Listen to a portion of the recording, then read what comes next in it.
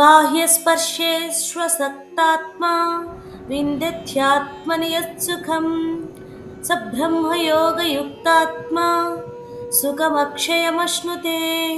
పద అర్థం చూద్దాం రండి. బాహ్య స్పర్శేషు అసక్త ఆత్మ, బయట విషయాలలో ఆసక్తి లేనివాడు, విందతి ఆత్మని యత్ సుఖం, తనలోనే ఉన్న సుఖాన్ని పొందుతాడు. సహ బ్రహ్మయోగ యుక్త ఆత్మ, బ్రహ్మయోగంలో స్థిరమైన వాడు, సుఖం అక్షయం అశ్నుతే, నశించని ఆనందాన్ని అనుభవిస్తాడు. ఇప్పుడు తాత్పర్యం చూద్దాం రండి. కృష్ణుడు చెప్తున్నాడు, అర్జున, ఇప్పుడు నిజమైన ఆనందం ఎక్కడుందో విను.